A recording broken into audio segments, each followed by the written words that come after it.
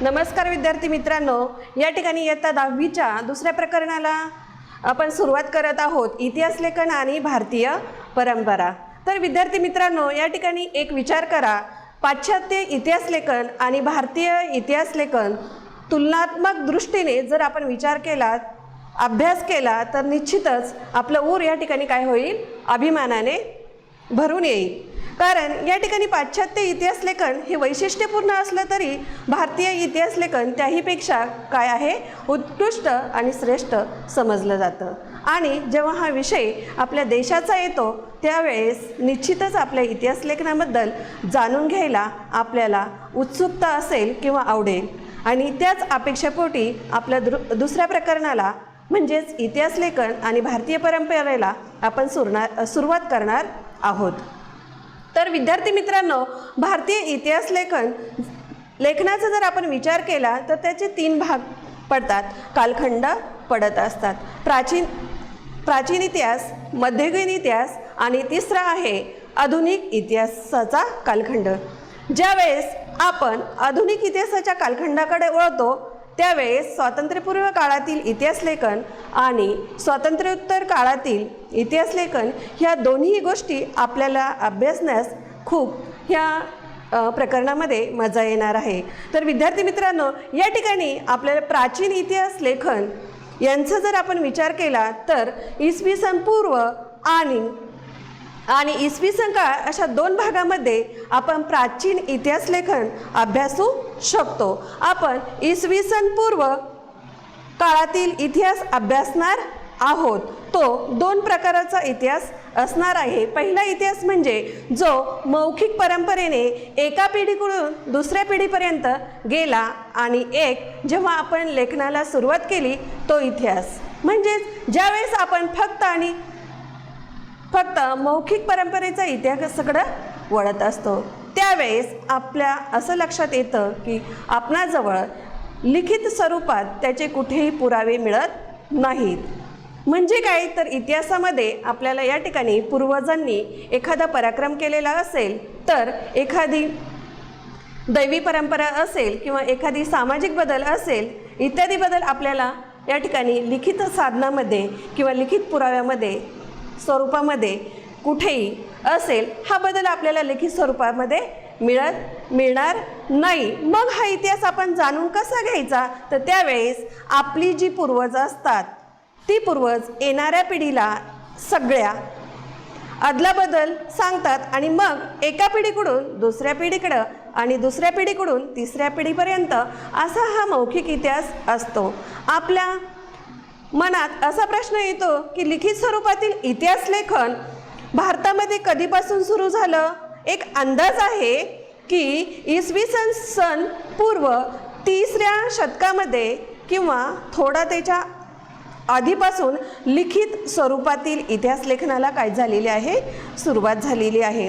साधारणतः आपण असं म्हणू शकतो की हडप्पा संस्कृतीच्या काळापासून ते काही विविध संस्कृतीचे शिलालेख लिहिले गेले आहेत किंवा ताम्रपट लिहिले गेले, याच्या माध्यमातून लिखित स्वरूपामध्ये इतिहास आपण सुरू झालेला आहे। त्याच्या या जोडीला आपण असा विचार करू शकतो की मौर्य संस्कृतीच्या काळातील साम्राज्य हे भारतातील एक मोठे साम्राज्य होते। पहा, चंद्रगुप्त मौर्य असेल किंवा बिंदुसार असेल व त्यानंतर मौर्य साम्राज्याला ज्याने खूप मोठे स्थान मिळवून दिलेले आहे असा सम्राट अशोक असेल। मौर्य साम्राज्याच्या काळामध्ये विविध प्रकारचे दगड त्यांच्यावर आपल्याला लेख लिहिलेले आजही आपल्याला या ठिकाणी आढळून येतात। ते आपल्याला कशामुळं कळतं तर इतिहासामुळंच कळत असतं।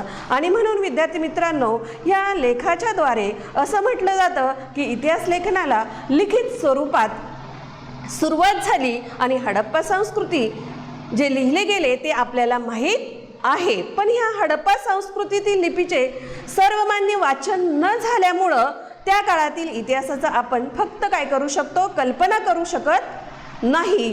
पण जे काही त्या काळात आढळले त्या आढळलेल्या अवशेषावरून आपल्याला असं दिसून येतं का फक्त आपल्याला काय करता येतो, अंदाजच बांधता येतो।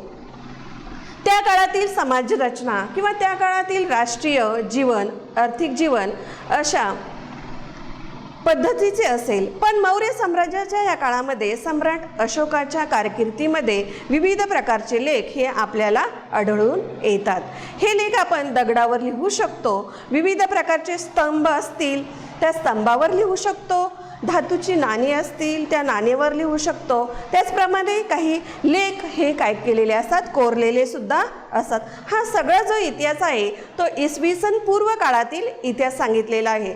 थोडंसं जर आपण विचार केला तर इसवी सन काळाचा जर आपण विचार केला तर पहिल्या शतकाचा आपण विचार केला तर पहिल्या शतकापासून विविध प्रकारचे कोरीव लेख आपल्याला आढळून येत आहेत किंवा सापडतात.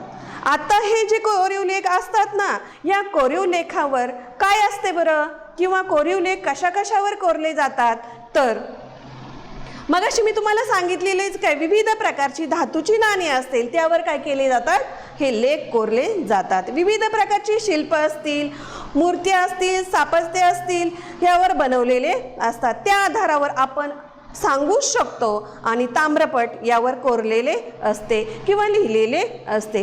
काय असेल त्यांच्यावर, त्या काळात कोणता राजा होऊन गेला, त्यांची वंशावळ काय होती, त्यांनी आपला राज्यविस्तार कशा प्रकारे केला, त्यावेळेसची शासन व्यवस्था कशी होती, त्या काळात घडलेल्या राजकीय घडामोडी कशा होत्या, समाजाच्या रचना स्तर कशा पद्धतीचं होतं, त्या काळात असलेला हवामान, पडत असलेली दुष्काळ, येणारी नैसर्गिक संकट असतील, ह्या सर्व प्रकारची माहिती विविध प्रकारच्या मूर्त्या असतील, शिल्पे असतील किंवा नाण्यांच्या माध्यमातून लक्षात येतात आणि त्याचद्वारे आपल्याला इतिहास समजण्यास काय होत असते, मदत असते. ह्या सर्व बाबींचा विचार जर केला तर आपला इतिहास किती समृद्ध आहे आणि आपल्या भारतीय इतिहासाची परंपरा किती समृद्ध आहे हे आपल्याला समजतं. अशी 2 काव्य आहेत आपण लिहून ठेवलेली आहे, त्यातून सुद्धा आपल्याला पूर्वीचा इतिहास, प्राचीन इतिहास किती छान आहे किंवा चांगला आहे. म्हणजेच ते 2 काव्य सांगितलेले आहेत, रामायण आणि महाभारत. हे जे 2 काव्य आहेत किंवा खंड आहे, या काव्याचा समावेश प्राचीन इतिहासामध्ये, भारतीय इतिहासामध्ये करू शकतो आपण. तसेच विविध प्रकारची पुराणे असतील, उपनिषदे असतील, वेद असतील किंवा वेदांत असतील, याचा पण समावेश आपण प्राचीन इतिहासामध्ये करू शकतो. हे झालं आपल्या प्रस्तावनेमध्ये इतिहास लेखन आणि भारतीय परंपरा. याच्यामध्ये प्रस्तावनेमध्ये आपण या ठिकाणी सगळं इयत्ता 5वी पासून काय काय अभ्यासलेलं आहे हे सगळं सांगितलेलं आहे. आता आपण थोडंसं आपल्या पाठाकडे वळूया. मागील पाठात आपण प्राचीन मध्ययुगीन काळातील काय केलेलं आहे, अभ्यास केलेला आहे. आता या प्रकरणामध्ये आपल्याला त्यानंतर आता ह्या आधुनिक काळातील इतिहास लेखन कसं असतं ह्या संदर्भाकडे आपल्याला काय करायचं आहे, वळायचं आहे. तर पहा विद्यार्थ्यांनो, आधुनिक काळातील इतिहास लेखनाला ब्रिटिश काळातील इतिहास लेखन असं सुद्धा म्हटलं जातं किंवा स्वातंत्र्यपूर्व इतिहास असं सुद्धा म्हटलं जातं. तर पहा विद्यार्थ्यांनो, लक्ष द्या. या ठिकाणी आपण प्रकरणाला सुरुवात करत आहोत, इतिहास लेखन आणि भारतीय परंपरा. याच्यामध्ये पहिलं सांगितलेलं आहे, या ठिकाणी पहिला पॉईंट आहे आपला या ठिकाणी भारतीय इतिहास लेखन आणि वाटचाल. पहा, भारतीय इतिहास लेखनाची वाटचाल. या ठिकाणी सांगायचं तर प्राचीन काळातील इतिहास. पहा, पहिला पॉईंट आहे या ठिकाणी भारतीय इतिहास लेखनाच्या वाटचालीमध्ये प्राचीन काळातील इतिहास लेखन. या प्राचीन काळातील इतिहास लेखनामध्ये जर आपण पाहिलं तर पहिला पॉईंट सांगता येईल, प्राचीन भारतामध्ये पूर्वजांचे पराक्रम होऊन गेलेले आहेत. प्राचीन भारतामध्ये पूर्वजांचे पराक्रम होऊन गेले, त्याचबरोबर दैवते असतील किंवा त्यांच्या स्मृती असतील, मौखिक परंपरे जपल्या जात असत. त्यानंतर दुसरं सांगितलेलं आहे प्राचीन इतिहास लेखनामध्ये 5000 वर्षापूर्वीच्या हडप्पा संस्कृतीत लेखन कला ही काय होती, अस्तित्वात होती. परंतु त्या लिपीचे वाचन करण्यात अजूनही काय झालेलं आहे, यश आलेले नाही किंवा मिळालेले नाही. त्यामध्ये प्राचीन काळातील इतिहास लेखनामध्ये तिसरा पॉईंट आपल्याला सांगता येईल, भारतातील सर्वाधिक जे प्राचीन इतिहास लेखन आहे किंवा प्राचीन लिखित साहित्य आहेत, त्यामध्ये नाणी असतील, मूर्ती असतील, शिल्पे असतील, ताम्रपट असेल किंवा शिलालेख असतील, यावरील कोरीव लेखाच्या स्वरूपात आहे. अशा प्रकारे प्राचीन लिखित साहित्य सांगितलेलं आहे. त्यानंतर पुढचा पॉईंट सांगितलेला आहे, मौर्य जो सम्राट आहे अशोक यांच्या काळापासून म्हणजेच इसवी सनापूर्वी 3ऱ्या शतकापासून भारतीय लेखन कलेची काय झालेली आहे, खऱ्या अर्थाने सुरुवात झालेली आहे. प्राचीन काळातील इतिहास लेखनामध्ये आपल्याला सांगता येईल. आता पुढचा जो पॉईंट आहे लिखित साधने. आता लिखित साधने आत्तापर्यंत आपण अभ्यासलेली आहे, जी हाताने लिहिली जातात किंवा आपण वाचन करू शकतो, त्याला लिखित साधने असं म्हणतात. आता प्राचीन भारताच्या इतिहासाची लिखित साधने कोणती असू शकतात किंवा आहेत, मी थोडक्यात सांगते. पुराणे असतील, धर्मग्रंथ असतील, रामायण असेल, महाभारत असतील, यासारखी महाकाव्य आहेत. त्यानंतर जैन आणि बौद्ध असे धर्मग्रंथही असतील. त्यानंतर परकीय प्रवाशांची काही प्रवास वर्णनेसुद्धा आपल्याला लिखित साधनामध्ये काय करता येईल, अभ्यासता येतील. त्यानंतर पुढचा पॉईंट आहे आपला या ठिकाणी प्राचीन लिखित साधनातून मिळणारी काय माहिती आहे. तर पहा, प्राचीन इतिहासामध्ये काय माहिती आहे, तर विशिष्ट काळातील काही वंशावळी असतात किंवा राजकीय घडामोडी असतात किंवा शासन काही व्यवस्था असतात, ते या ठिकाणी आपल्याला लिखित साधनामधून काय मिळू शकतं. त्यानंतर दुसरं सांगितलेलं आहे, प्राचीन लिखित साधनातून काय मिळतं, तर तात्कालीन समाज रचना कशी असेल किंवा हवामान कसं असेल, नैसर्गिक संकट इत्यादी सगळी माहिती ह्या लिखित साधनांमुळेच काय होऊ शकते, आपल्याला मिळू शकते. त्यानंतर त्या काळातील सामाजिक जीवन कसं होतं, आर्थिक जीवन, राजकीय जीवन, धार्मिक जीवन किंवा सांस्कृतिक जीवन, ह्या सगळ्या जीवनांची माहिती आपल्याला ह्या प्राचीन लिखित साधनापासूनच आपल्याला मिळू शकते. त्यानंतर बाणभट्टांच्या हर्षचरित ह्या संस्कृत काव्यातून 7व्या शतकातील जीवनाचं वास्तववादी चित्रण वाचायला आपल्याला ह्या लिखित साधनामुळेच मिळत असतं. आता ह्या प्राचीन लिखित साधनामधून काय मिळतं हे आपण आता काय केलेलं आहे, अभ्यासलेलंच आहे. त्यानंतर पुढचं पॉईंट आहे आपला कल्लन. पहा, कल्लन याने 12व्या शतकामध्ये राजतरंगणी ह्या काश्मीरच्या इतिहासावरील एक ग्रंथ लिहिलेला आहे. त्यामध्ये त्यांनी असं सांगितलेलं काय, इतिहास लेखन हा शास्त्रशुद्ध कसे असावे हे या ग्रंथातून ह्या काय केलेलं आहे, कल्लनने सांगितलेलं आहे. त्यानंतर कल्लन काय म्हणतात, तात्कालीन नाणी असतील किंवा कोरीव लेख असतील किंवा प्राचीन वस्तू असतील काही किंवा वास्तू असतील, त्या वास्तूंचे काही अवशेष असतील, राजकुलाचे काही अधिकृत नोंदी ठेवलेल्या असतात किंवा स्थानिक परंपरा यांचा सगळ्यांचा अभ्यास कल्लनने आपल्या राजतरंगणी या ग्रंथामध्ये काय केलेला आहे, लिहून ठेवलेला आहे. हेच लिखित साधनांमुळेच आपल्याला काय होते, इतिहास लिहिण्यास सोपा जातो. आता हे समजून घ्यायला सांगितलेलं आहे. पहा, सोहगौडा ताम्रपट म्हणजे काय सांगितलेलं आहे, तर पहा हे समजून घ्या. उत्तर प्रदेशातील जे गोरखपूर जिल्ह्यात सोहगौडा येथे ब्राह्मी लिपीत लिहिलेला एक ताम्रपट सापडलेला आहे. आतापर्यंत आपण सगळं पाहिलेलं आहे. ताम्रपट म्हणजे काय, त्या ठिकाणी काय केलेलं आहे, ताम्रपट सापडलेला आहे. म्हणजे ताम्रपट म्हणजे थोडक्यात सांगते, पत्र्यावर कोरलेलं काम किंवा लिहिलेलं. पूर्वीच्या काळी प्राचीन काळामध्ये ताम्रपटावर किंवा पत्र्यावर कोरलेली काही अक्षरं असायची.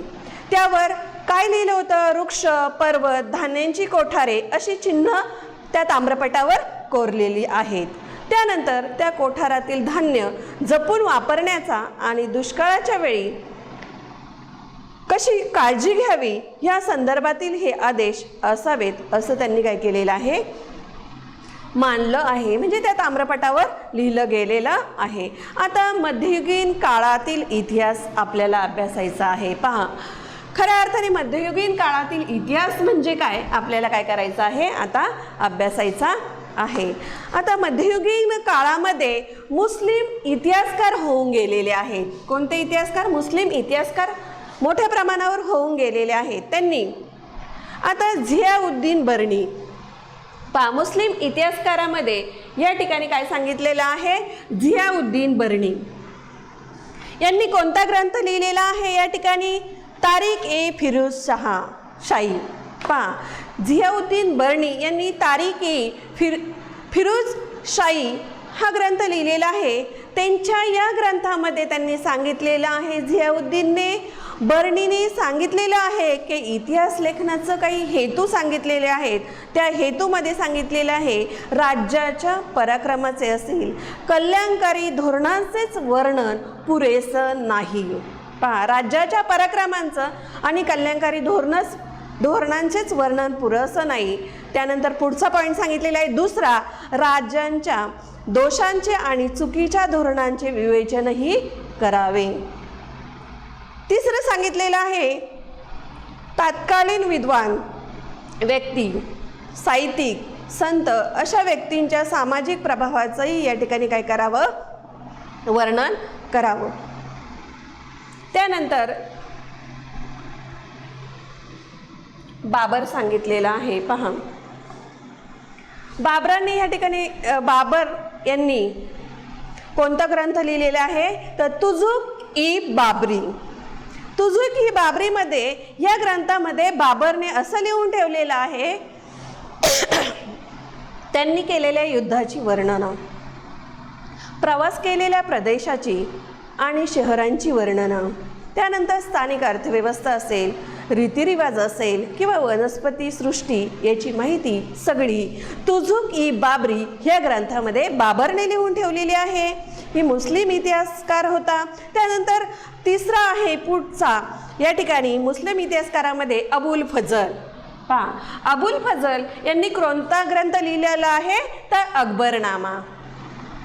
अबुल फजल यांनी अकबरनामा हा ग्रंथ लिहिलेला आहे. आणि ते अकबरनामा ह्या ग्रंथामध्ये काय सांगतात तर या ठिकाणी अधिकृत नोंदीच्या आधारे ऐतिहासिक कागदपत्रांचे संकलन करणे, नंतर मिळालेले माहितीचे विश्वासार्ह छाननी करणे, ती माहिती खरी आहे की खोटी आहे याचा अभ्यास करणे पुराव्याच्या आधारे, त्यानंतर पूर्वग्रह विरहित आणि वास्तववादी संशोधन पद्धती जी आहे ती पद्धत तपासून पाहणे, ह्या ठिकाणी अकबरनाम्यामध्ये अबुल फजल यांनी सविस्तर काय केलेली आहे, माहिती दिलेली आहे. त्यानंतर काही वैशिष्ट्ये सांगितलेली आहेत. या ठिकाणी मुस्लिम इतिहासकाराच्या लेखनाची काही वैशिष्ट्ये आहेत.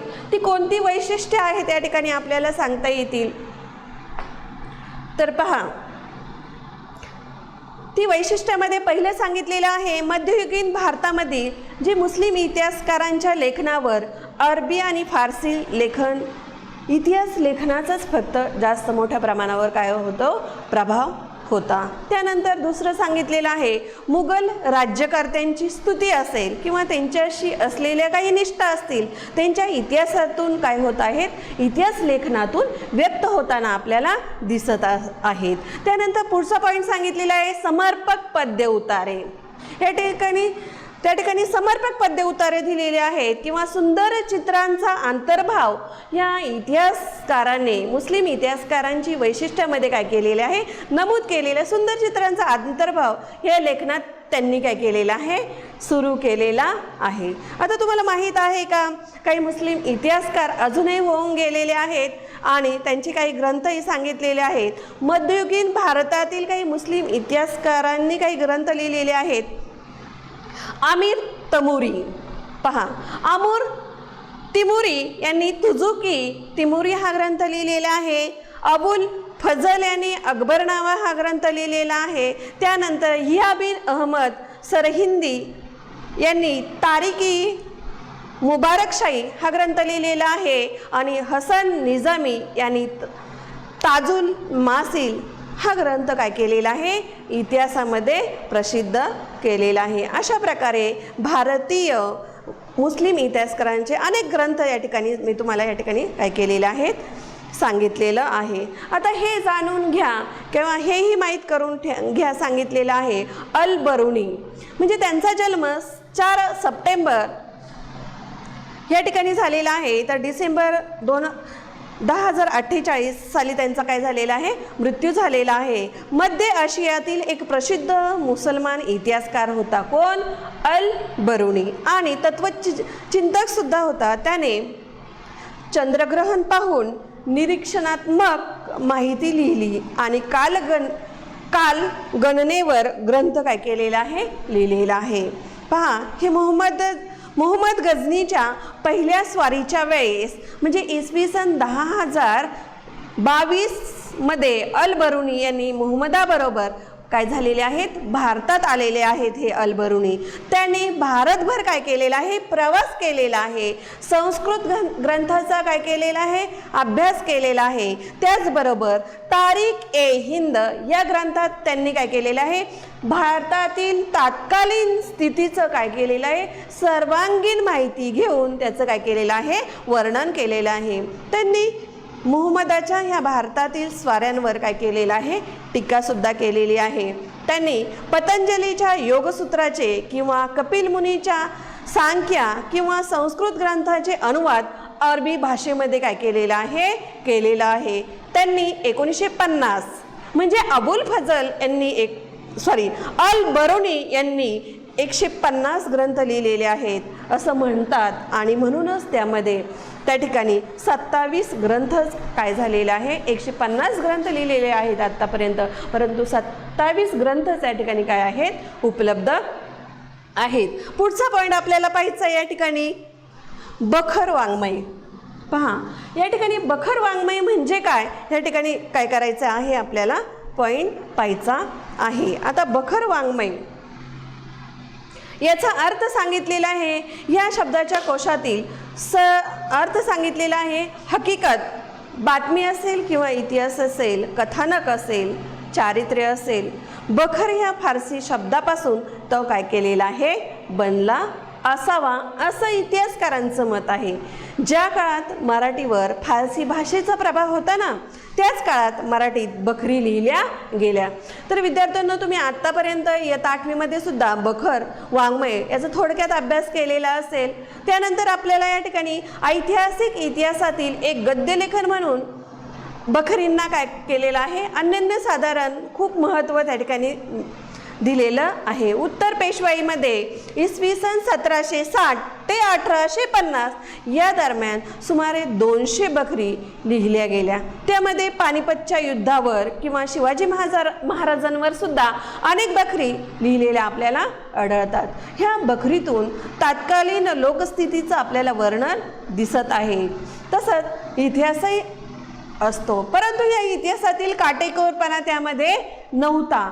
शिवरायांचे किंवा भाऊसाहेब पेशव्यांचे वा पानिपतच्या युद्धांचे वर्णन बखरकार या अतिरंजितपणेही करताना आपल्याला दिसून येतात. त्यातूनच त्यांनी उत्तम निवेदन शैली केलेली आहे. आणि या बखरीतील अलंकारिक वर्णन असेल, सुभाषितांचा वापर असेल, सुविचार वजावाक्य असतील, वीर रस किंवा शोकात्मक रसपूर्ण वर्णने, यामुळे या बखरीकडे इतिहासापेक्षा मराठी गद्य साहित्याचा एक प्रकार म्हणून जास्त मोठ्या प्रमाणावर, म्हणजे जर तुम्ही 10वी नंतर आर्ट साईड घेतली तर या ठिकाणी बखर वाङ्मय तुम्हाला पूर्ण अभ्यासायला आहे. म्हणजे बखर वाङ्मय हे मराठी विषयामध्ये जास्त सविस्तर या ठिकाणी सांगितलेलं आहे. पहा, सभासद बखर ही छत्रपती शिवाजींच्या कारकिर्दीचं वर्णन आहे. पहा, सभासद बखरीमध्ये बखरींची काही नावं सांगते मी या ठिकाणी. सभासद बखरमध्ये पूर्णपणे काय केलेलं आहे, छत्रपती शिवाजींच्या कारकिर्दीचं वर्णन सांगितलेलं आहे. भाऊसाहेबांच्या बखरीमध्ये पानिपतच्या 3ऱ्या लढ्याचं काय केलेलं आहे, पूर्ण वर्णन दिलेलं आहे. त्यानंतर होळकरांची कैफियत या बखरीमध्ये होळकरांचे जे घराण्यांचं पूर्ण वर्णन दिलेलं आहे. त्यानंतर पानिपतची बखर असेल, या पानिपतच्या बखरीमध्ये पानिपतच्या 3ऱ्या लढ्याचं पूर्ण वर्णन दिलेलं आहे. अशा प्रकारे बखरीचा थोडक्यात इतिहासामध्ये अभ्यास आहे, परंतु संपूर्ण अभ्यास हा मराठी विषयामध्ये येतो या ठिकाणी. तर पहा, या ठिकाणी आधुनिक काळातील इतिहास लेखन. पुढचं आपल्याला पाहिजे आधुनिक काळातील इतिहास लेखन.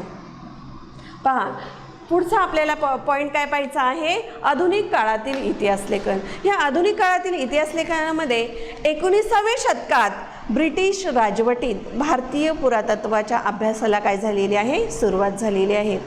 अनेक ब्रिटिश अधिकाऱ्यांनी काय केलेलं आहे, भारतीय इतिहासासंबंधी अनेक लेख लिहिलेले आहे, लेखन केलेलं आहे. त्यावर वसाहतवादी जे होते त्या वसाहतवादी धोरणांचा प्रभाव मोठ्या प्रमाणावर जाणून येतो आणि अशा प्रकारे भारतीय संस्कृतीविषयीच्या पूर्वग्रह दूषित दृष्टिकोन त्यांच्या लेखनातून काय होतोय, या आधुनिक काळातील इतिहास लेखनातून आपल्याला दिसून येत आहे. तर पुढचा पॉईंट या ठिकाणी आपल्याला अभ्यासायचा आहे. या ठिकाणी भारतीय इतिहास लेखन करणारे ब्रिटिश अधिकारी कोणकोणते आहेत पहा. या ठिकाणी भारतीय इतिहास लेखन करणारे ब्रिटिश काही अधिकारी सांगितलेला आहे. अलेक्झांडर कॅनिंगहॅम यांनी the inside geography of India हा ग्रंथ लिहिलेला आहे. त्यांनी the inside geography of India या ग्रंथामध्ये काय सांगितलेलं आहे, तर भारतीय पुरातत्व सर्वेक्षण खात्याचे पहिले हे सरसंचालक होते अलेक्झांडर कॅनिंगहॅम. अनेक प्राचीन स्थळांचं उत्खननही केलेलं आहे. त्यानंतर बौद्ध ग्रंथामधील उल्लेख असलेल्या ठिकाणांचं उत्खनन आणि संशोधन पण लेखन या ग्रंथामध्ये अलेक्झांडर कॅनिंगहॅम यांनी कोणत्या ग्रंथामध्ये केलेलं आहे विद्यार्थ्यांना, the inside geography of India या ग्रंथामध्ये केलेलं आहे. त्यानंतर आहे जॉन मार्शल. आता ह्या जॉन मार्शल यांनी द बुद्धिस्ट आर्ट हा ग्रंथ लिहिलेला आहे किंवा तक्षशिला हा ग्रंथ लिहिलेला आहे. बुद्धिस्ट आर्ट हा एक ग्रंथ लिहिलेला आहे आणि तक्षशिला हा दुसरा ग्रंथ लिहिलेला आहे जॉन मार्शल यांनी. त्यामध्ये काय लिहिलेलं आहे, हडप्पा संस्कृतीचा पूर्ण शोध घेतलेला आहे. त्यांनी पूर्ण शोधाचं वर्णन त्यांनी लिहिलेलं आहे. त्यानंतर भारतीय जी संस्कृती आहे ती संस्कृती 5000 वर्षापूर्वीची आहे हे या संशोधनातून आपल्याला समजू शकतं. जॉन मार्शल यांनी काय सांगितलेले, जी आपली भारतीय संस्कृती आहे 5000 वर्षापूर्वीची संस्कृती आहे हे आपल्याला या ग्रंथातून दिसून येते. त्यानंतर ब्रिटिश अधिकाऱ्यामध्ये जेम्स मिल पहा. जेम्स मिलने कोणता ग्रंथ लिहिलेला आहे, the history of British India. त्यांनी ह्या ग्रंथामध्ये काय सांगितलेलं आहे, ब्रिटिश ह्या इतिहासकाराने भारतीय इतिहासावर लिहिलेला पहिला ग्रंथ आहे. त्यामध्ये दुसरं सांगितलेलं आहे या ठिकाणी लेखनात वस्तुनिष्ठ दृष्टिकोनाचाच अभाव आहे. अशा प्रकारे या ग्रंथामध्ये त्यांनी लिहिलेलं आहे. आणि तिसरं सांगितलेलं आहे भारतीय संस्कृतीविषयी पूर्वग्रह दूषित काही दृष्टिकोन जाणतो हे या ठिकाणी the history of British India ह्या ग्रंथामध्ये जेम्स मिल यांनी काय केलेलं आहे, लिहून ठेवलेलं आहे. त्यानंतर ब्रिटिश अधिकाऱ्यामध्ये माउंट स्टुअर्ट, एल्फिन्स्टन हे आहेत. त्यांनी सुद्धा या ठिकाणी द हिस्ट्री ऑफ इंडिया हा ग्रंथ लिहिलेला आहे. त्यामध्ये त्यांनी काय म्हणतात, तर हे मुंबईचे गव्हर्नर होते. माउंट स्टुअर्ट, एल्फिन्स्टन मुंबईचे गव्हर्नर होऊन गेले. त्यानंतर त्यांनी सामाजिक असेल किंवा शैक्षणिक क्षेत्रात अनेक काय केलेले आहेत, सुधारणासुद्धा केलेल्या आहेत. पुढचे ब्रिटिश अधिकारी आहे जेम्स अँड डफ. पहा, the history of the Marathas हा ग्रंथ त्यांनी काय केलेला आहे, लिहिलेला आहे. त्यामध्ये ते सांगतात भारतीय जी संस्कृती आहे आणि इतिहास यांना कमी लेखनाची प्रवृत्ती या ग्रंथातून जाणवते. भारतीय संस्कृती आणि इतिहास यांना कमी लेखनाची प्रवृत्ती या ग्रंथातून त्यांनी सांगितलेले आहे किंवा मराठ्यांचा इतिहास ग्रंथात दिलेला आहे. पूर्ण मराठ्यांचा इतिहास हा ग्रंथाद्वारे आपल्याला समजू शकतो हे आपल्याला या ठिकाणी सांगता येईल. हे कुणी सांगितलेलं आहे, जेम्स अँड डफने कोणत्या ग्रंथातून सांगितलेलं आहे विद्यार्थ्यांनो, a history of the Marathas. त्यानंतर कर्नल डॉट आहेत. टुडेज ॲनल्स ऑफ राजस्थान या ग्रंथामध्ये त्यांनी काय केलेलं आहे, राजस्थानचा इतिहास लिहिलेला आहे. त्यातही भारतीयांना कमी लेखनाची प्रवृत्ती दिलेली आहे. अशा प्रकारे पुढचा आहे William Wilson Hunter, a brief history of India या ग्रंथामध्ये ते सांगतात का हिंदुस्थानाचा द्विखंडात्मक इतिहास लिहिला गेलेला आहे. त्यांच्या या इतिहास लेखनात निपक्षपाती वृत्ती काय होत असते, दिसून येत असते. आता हेही माहीत करून घ्या. पहा विद्यार्थी मित्रांनो, ही माहीत आहे का तुम्हाला? तर हेही माहीत पुस्तकात तुम्हाला आहे मुद्दा, हेही समजून घ्या, माहीत करून. सर अलेक्झांडर हॅनिंगकॅन आपण हे पाहिलेलं आहे. The inside geography of India हा ग्रंथ लिहिलेला आहे. ते या ठिकाणी पहा काय सांगितलेलं आहे. त्यांचा जन्म या ठिकाणी सर अलेक्झांडर हॅनिंगकॅन यांचा 23 जानेवारी 1814 साली झालेला आहे आणि 28 नोव्हेंबर 1893 मध्ये त्यांचा काय झालेला आहे, मृत्यू झालेला आहे. 1860 साली स्थापन झालेल्या आहे या पुरातत्वीय सर्वेक्षणामध्ये त्यांनी असं सांगितलेलं आहे की शासकीय खात्यांचे ते पहिलं काय होते, सरसंचालक होते. भूसेनेचे मेजर जनरल म्हणूनही त्यांची काय झालेली आहे, निवृत्ती झालेली आहे. त्यांचे समकालीन पुरातत्वज्ञान जेम्स प्रिन्सेप यांच्या सहवासातून त्यांना उत्खननाचा व संशोधनाचा व्यासंग जडलेला आहे. त्यांनी सारनाथ, सांची येथे काय केलेलं आहे, उत्खनन करून कुणी, सर अलेक्झांडर हॅनिंगकॅन यांनी कुठं उत्खनन केलेलं आहे, सारनाथ आणि सांची या ठिकाणी उत्खनन करून त्यावर काय केलेले आहेत, अनेक ग्रंथ लिहिलेले आपल्याला इतिहासामध्ये पाहायला मिळतात. नानकशास्त्र पाहिलेलं आहे, मंदिरे पाहिलेली आहेत, स्तूप असेल किंवा भूगोल अशी पुस्तकं सुद्धा त्यांनी लिहिलेली आहेत. बोधगयेतील बौद्ध अवशेषांचा अभ्यास व संशोधन केलेलं आहे. त्यांनी या ठिकाणी भारतीय पुरातत्वविषयक विविध शाखातील संशोधनाचा काय घेतलेला आहे, पायाही घातलेला आहे. या ठिकाणी आपल्याला अजून सांगता येईल, पहा सर जॉन ह्युबर्ट मार्शल, पहा काय सांगितलेलं आहे, जॉन मार्शल यांनी कोणता ग्रंथ लिहिलेला आहे, आपण पाहिलेला आहे द बुद्धिस्ट आर्ट अशा प्रकारे ग्रंथ लिहिलेला आहे. त्यांचा जन्म या ठिकाणी झालेला आहे 19 मार्च 1876 साली आणि मृत्यू झालेला आहे 17 ऑगस्ट 1958 साली झालेला आहे. जॉन मार्शल हे 1902 ते 1931 या कालावधीमध्ये भारतातील पुरातत्व विद्या सर्वेक्षण खात्याचे काय होते, संचालक होते. त्यांच्या नेतृत्वाखाली मोहनजोदडो संस्कृती आपण इयत्ता 6वी मध्ये अभ्यासलेले आहे. तक्षशिला पाहिलेले आहे 6वीला. सांची, श्रावस्ती, पाटणा किंवा सारनाथ या ठिकाणी काय केलेलं आहे, त्यांनी सुद्धा सर जॉन मार्शल यांनी उत्खनन केलेलं आहे आणि त्यामध्ये त्यांनी सांगितलेलं आहे पुराणवास्तू व वस्तू संरक्षणाचा कायदा 1904 साली संमत करून घेऊन भारतातील प्राचीन वास्तूंना शासनाकडून संरक्षण मिळवून दिले आणि भारतीय संशोधकांना पुरातत्वीय उत्खननाचं काय केलेलं आहे, भारतीय इतिहासकारांना पुरातत्वीय उत्खननाचं प्रशिक्षण ह्या जॉन मार्शलने दिलेलं आहे. संग्रहालयामध्ये वाढ केलेली आहे, अनेक शिलालेख शोधलेले आहे आणि ते काय केलेले आहे, काही माहिती सुद्धा प्रसिद्ध केलेली आहे. सिंधू संस्कृतीचा शोध या ठिकाणी कोणी लावलेला आहे, जॉन मार्शल यांनीच काय केलेला आहे, लावलेला आहे. त्यानंतर आपण पाहिलेलं आहे जेम्स मिल, बरोबर की नाही. जेम्स मिल यांनी कोणता ग्रंथ लिहिलेला आहे, तर आपण पाहिलेला आहे the history of the British India. पहा त्यांचा जन्म या ठिकाणी काय केलेला आहे 6 एप्रिल 1793 साली झालेला आहे आणि मृत्यू 23 जून 1836 साली झालेला आहे.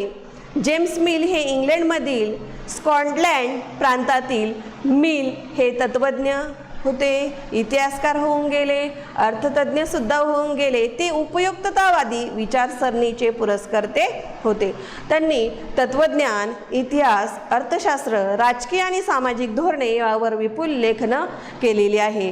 1806 साली त्यांनी ब्रिटिश भारताचा इतिहास लिहिण्याला काय केलेला आहे, प्रारंभ केलेला आहे व 1817 साली तो या ठिकाणी 3 खंडात काय केलेला आहे, प्रसिद्ध केलेला आहे. भारतात झालेल्या ह्या ब्रिटिश सत्तेच्या स्थापनेचा आणि विस्ताराचा हा पहिला इतिहास या ठिकाणी जेम्स मिलने सांगितलेला आहे. सत्ता संपादनासाठी ज्या पद्धतीचा वापर केला गेला त्यावर त्यांनी ग्रंथात काय केलेले आहे, त्यांच्या ग्रंथामध्ये त्यांनी टीका केलेली आहे. या ग्रंथामुळेच त्यांची ईस्ट इंडिया कंपनीच्या इंडिया हाऊस हे आपण इयत्ता 7वीमध्ये अभ्यासलेलं आहे, 8वीमध्येही अभ्यासलेले आहे. India house east India company ह्या मुख्य कार्यालयात काय केलेले आहे, जेम्स मिलची नेमणूक केली होती आणि 17 वर्षाच्या या कामगिरीमुळे भारतीय ब्रिटिश शासन व्यवस्थेत काय झालेली आहे, सुधारणा झालेली आहे.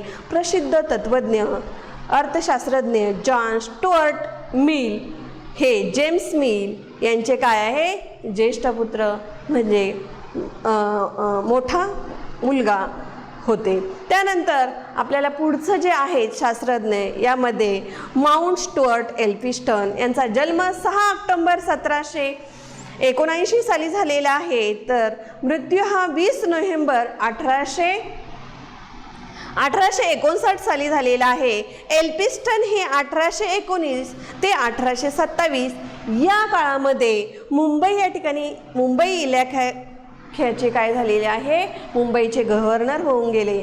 ते कर्तबगार सुद्धा होते. स्थानिक प्रशासन लोकप्रिय करण्यासाठी त्यांनी काय केलेलं आहे, मोठा प्रयत्न केलेला आहे. त्यांनी ब्रिटिशांचे प्रतिनिधित्व करून नागपूरकर असतील किंवा भोसले असले किंवा दुसरे बाजीराव पेशवे अशा अनेक दरबारांनी काय केलेलं आहे, कामं केलेलं आहे.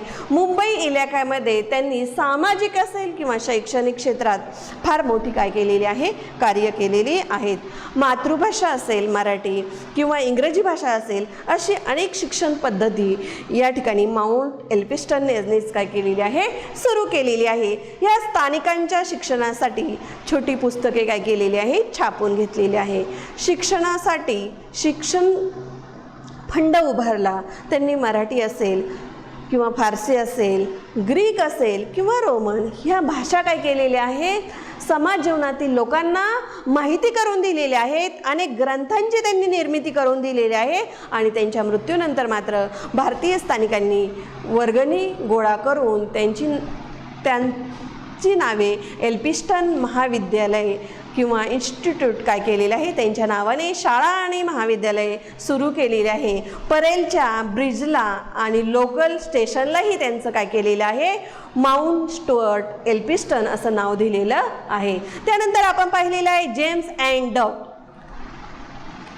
यांचा जन्म या ठिकाणी 8 जुलै 1789 साली झालेला आहे आणि मृत्यू 23 सप्टेंबर 1858 साली झालेला आहे.